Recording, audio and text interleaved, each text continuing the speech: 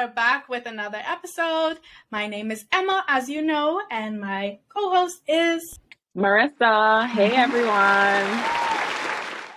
We're back in action with part 2 of our finance episode. If you don't remember the names of our very special guests, we got you. Let's rewind to their introductions now. All right, so my name is Quentin Gibson. I'm a senior securities trader here. I live in the Bahamas, and I work at an investment bank called RF Bank and Trust. Basically, I'm the money guy. Okay, money guy. Welcome. And hi, I am Dahlia Wright. I am the accounting manager for the bus company in Jamaica, Jamaica Urban Transit Company. And I have been doing education in finance, economics, and business. That's my entire portfolio. And I got into this because I just want to see a lot of people pay more attention to finances and to generate a lot more wealth for people of color and Caribbean descent. Whoop, whoop. All for that. Generating more Love to hear wealth. that. Mm-hmm. Yeah. I think now, I think all of us would also like to know, how can we start saving in 2020? Let us know. We need to know. Quentin, do you want to go? You say in 2022? You say 2020 or 2022? 20? Did I say 2020? You're still in 20. I meant 2022. Sorry, y'all. Pandemic, all of us will. The last 2 years were a It's whirlwind. a blur. Yeah, no, I get it. 2020 was a traumatic 2022. one, so I get it. 2 years was traumatic. Yeah. Yeah, this is very true. The first thing I always tell people, if you want to start saving your money, the first thing you want to do is actually start tracking what it is you're spending your money on. You can't fix a problem if you don't know what it is. You don't really know where most of your money is going. So if you start tracking it and you start actually following, okay, it takes a level of discipline, but you'll apply it if you're trying to actually save.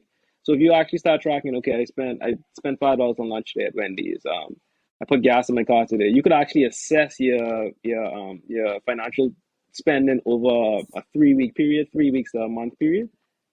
And you could figure out, okay, maybe I need to cut back on buying out so much. Maybe I need to cook a little more. And then the sad reality is, though, while a lot of people can just cut back, some persons just have to make more money. Sometimes you have to accept that you just need to make more money. Majority of people can just cut back. Let's be honest. But in some cases, you're just required to make more money. But the number one thing I would say to do is to start tracking your expenses and track everything you spend. If you spend 2 cents on a candy, just make a note of it, write it down, and review it, and you'll know where you can start cutting back to save. So that's kind of exactly the message I wanted to send, in that the basis of your savings plan is going to be your budget. So I would say that when I started my journey, the bulk, at the time I was a college student, so the bulk of my money went into savings. It's a little harder to do when you're living on your own, when you have rent to pay, this to pay, and it's your own household that you're running. But you really can't make any moves for significant progress with your savings without the budget. Because what I see other people do is that they don't budget, and maybe they put some money into savings and then they overspend and they take the money right back out. Right back out. Yes. Yeah, common. Back out. So Calling The meme. Would you transfer the money out for drinks? Yeah, but and the thing with budgeting too, and this is something I had to learn over time. It takes a lot of discipline to stick to your budget, and you have to approach yourself with a lot of care in that respect. Because, girl, I used to overspend on everything. Jeans look nice, yeah. I'll think about it next month, And and I just had to be very forgiving to myself, and even now I still overspend. Christmas, girl, that Christmas time. I had a budget, and I said I'm gonna spend this amount on Christmas and I spend this amount on Christmas. But then Always and happens. so and that affects my other savings goals. And you know what? I'm at the point now, because of practice, because of discipline, because of habit, that, you know, one, I'm grateful that I'm able to overspend, and all that means is that my goals are delayed for a month or two, right? And you can get back on the horse. And three, I enjoyed all the things that I acquired while overspending. Like, I can't limit myself, and don't limit yourself, because part of enjoying life is spending on experiences, right? So just forgive yourself real quickly, get back on your budgeting horse for the next time, and be grateful that, you know, if you overspend here or there, it's not gonna make you homeless. And as he said, that's the case for a lot of us, not all of us. So you have to, so the situation is very much tailored to each person. But for the most of us, just give yourself grace. If just keep doing it, and you'll develop a stronger sense of discipline over time. But just be committed to showing up and doing it every time. Now, in terms of the progress that you want to do, the first thing you want to do in terms of your savings plan, and I recommend, is get an emergency fund. That is the first thing before you do anything else. And the reason why, I mean, that's if you're not in debt. So if you're in debt, pay that off. Get rid of the debt, yeah. Because the debt can be so crippling, not only just to your budget, but to you mentally, that it will stop you from making a lot of progress. So pay off the debt and get. We could have a whole podcast on debt. Cut down. If anything should happen to you, you are okay. You'll be able to, at least, I mean, even if, say, you put down $500 for your emergency fund and something happens that is $1,500, do you realize that you have cut the bill by $500? So you just have that attitude towards it, like, hey, if anything happens, at least I have some of the money to cover it, right? Yes. And then after that, you want to focus on, like, maybe your insurances, because especially you want to get that as young as possible, because it makes your premium small. So your critical insurance, which is actually really important, and your life insurance. And life insurance gets especially more important when you think about buying a house, having a family, having kids, especially, and for people in their 30s, that's actually more important than people in their young 20s. But I would say get it in your young 20s, because it is whole decades cheaper when you get younger, right? Yeah. And then after that, you want to focus on your pension plan and your investments. And of course, there are other things that are unique to you, like you want to buy a house, you want to buy a car, those things fit in too. And so go at your own pace. You maybe not do it in the order that I have said is the best. You maybe do it in an order that is more amenable to you, and that's okay. But just know that all of these things need to fit in, and you, at some point, you need to get it. So even if you say, okay, I have a 5-year plan, and in 5 years I'm getting it, or in 10 years or 15 years, because that is the pace that you're able to go at right now, get it. For sure. I just want to piggyback. Well, I have like 3 points from what she was saying. The first one, what was that I was saying? Okay, the first one was when she said, she even went over her budget. Like, even though we practice this, we make mistakes also, but it's because we are disciplined most of the time. Like, when we do go over, it's not detrimental, it's not like we're doing it like 9 times, like out of 12 months, if you fall off 3 times, 3 months, that's still 9 out of the 12 months that you was on point. So it's not going to be detrimental versus, you fall off and then you're like, well, I might as well keep falling off every month. And then, for a full 12 months, you're down the drain. You really don't want that to be the case. Secondly, I feel like treating your savings like a bill itself is something that you have to do, like, just for the mental purposes. Like, literally treat your savings as if it is a bill that you also have to pay. that you cannot, this is a bill as well. You know, like just make that your mental note. Like, I have to pay my savings bill every month. And the last thing I would say is probably breaking it up, putting it into percentages would probably be a good idea. So majority of the time, I'd say start with like anywhere from 5 to 10%. That's a good way to build up, like she was saying, the emergency savings. Like within that realm, that's a good amount to start with as far as building up an emergency savings. And this is 5 to 10% of your monthly income. From there, you can try to keep increasing it. And like you say, as you increase it, the more you increase it, the more you're able to save for more things. And I would say for those just who are curious, if you want to know what the percentage number is, in my opinion, to start actually accumulating wealth with your income, I would say you should be saving and investing at least anywhere from 40 to 60% of your income monthly. Oh, okay. Over time, as the Emma. Over time. No, it's not.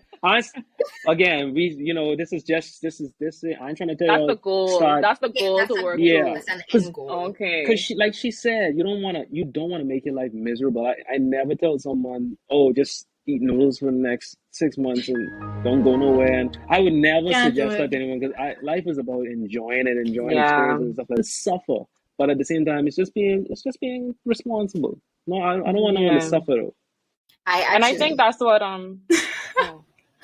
No, you can go ahead.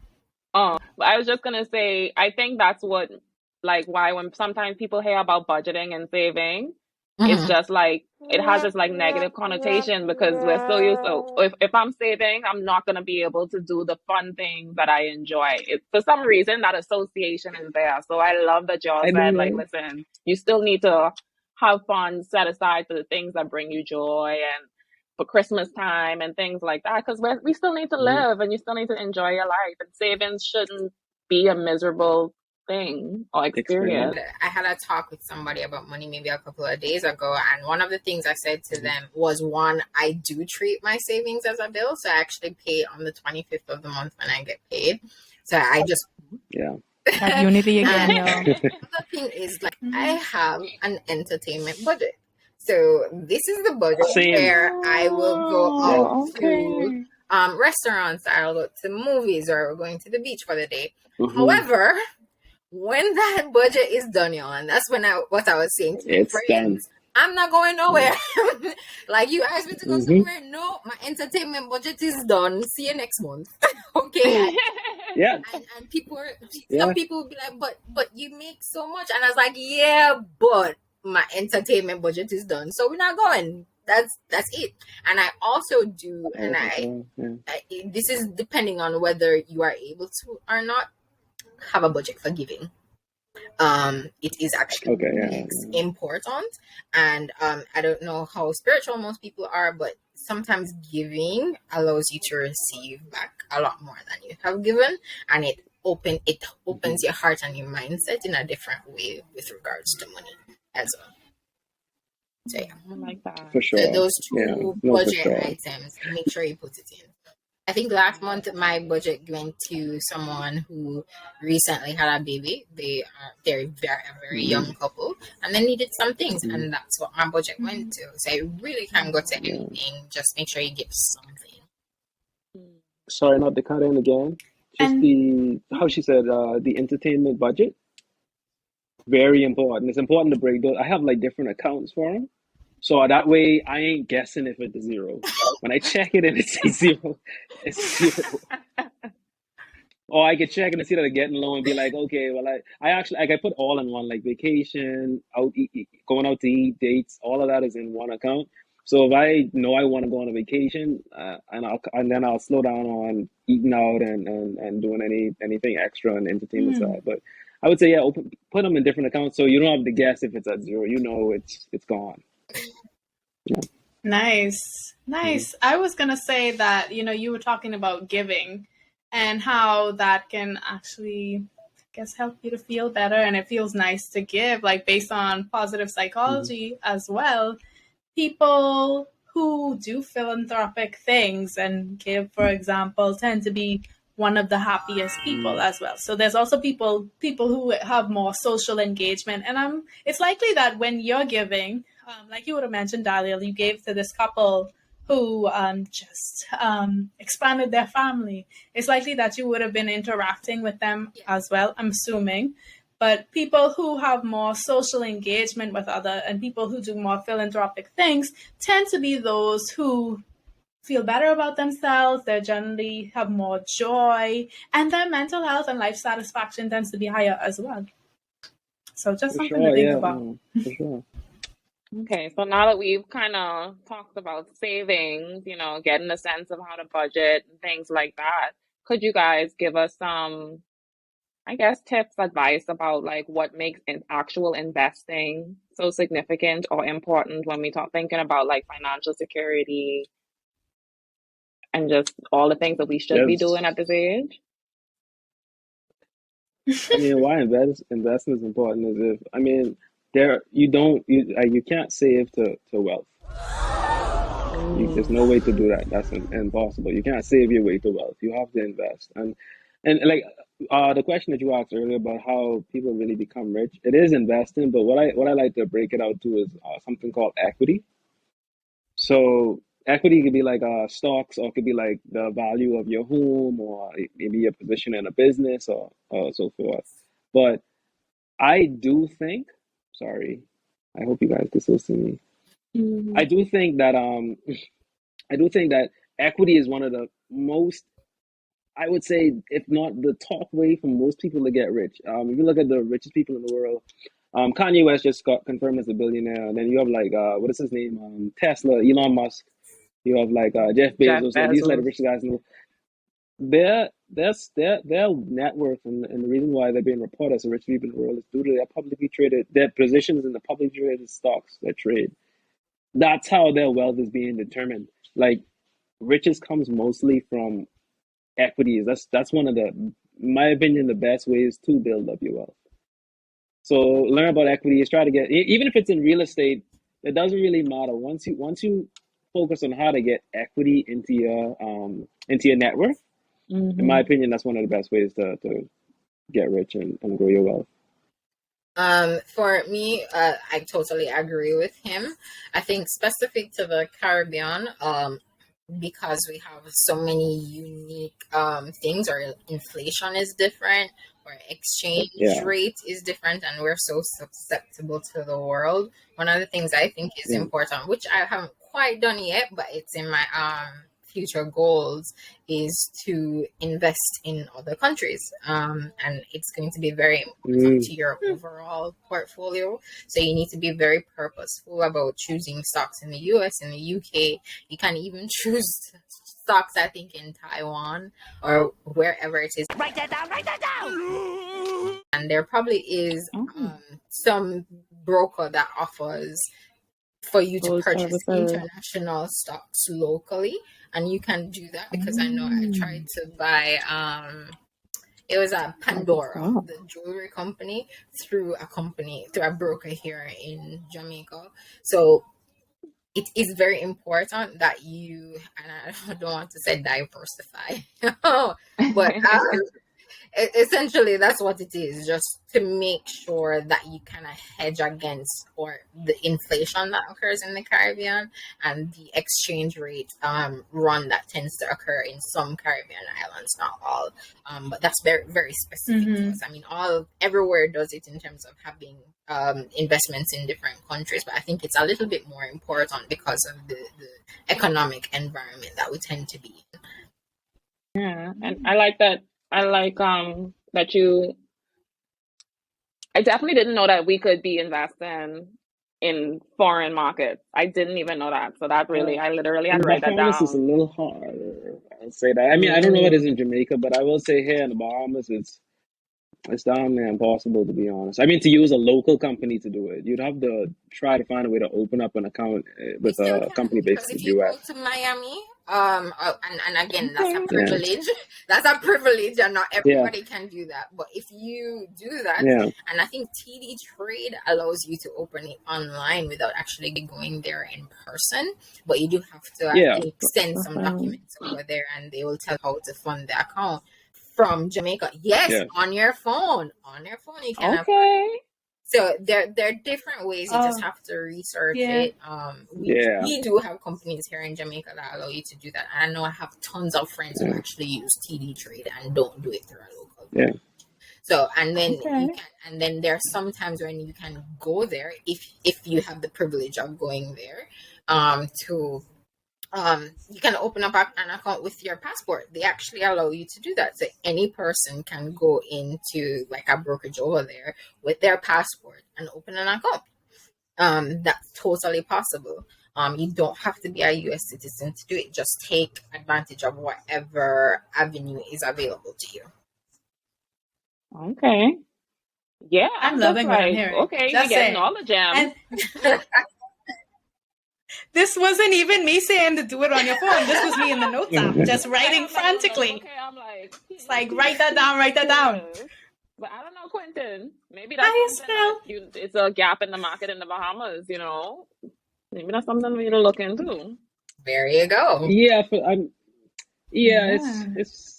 it's a strange one, to be honest. I don't get it, but it's a lot of it is I think maybe like the central bank trying to control, like that's a whole lot of nonsense.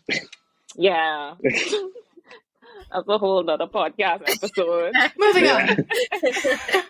But I love that. I love, Quentin, that you said, you can't save yourself too well. Because I mean, even when you look at the average, like I remember, if it's one thing that my parents always stressed was to have a savings account.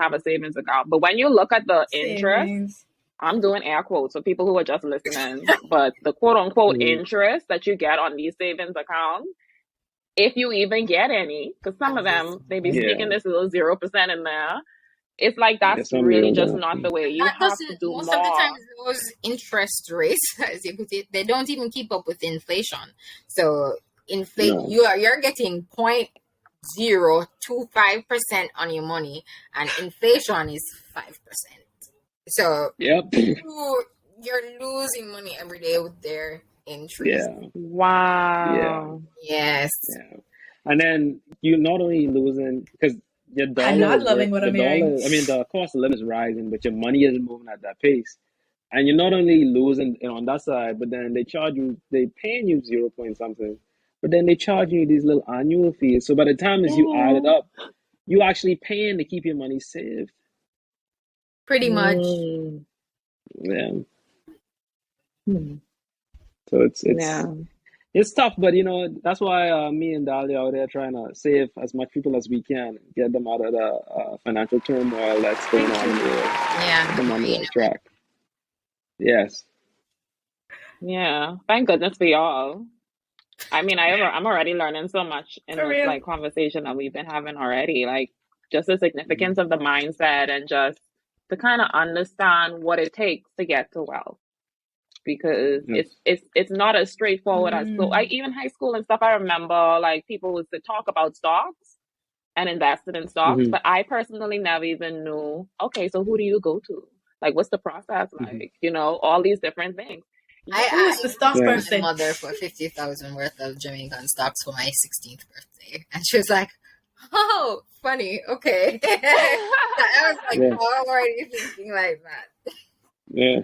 Wow, that's no. I mean, personally, I was like Marissa. Like in high school, I was like, stocks. What's that?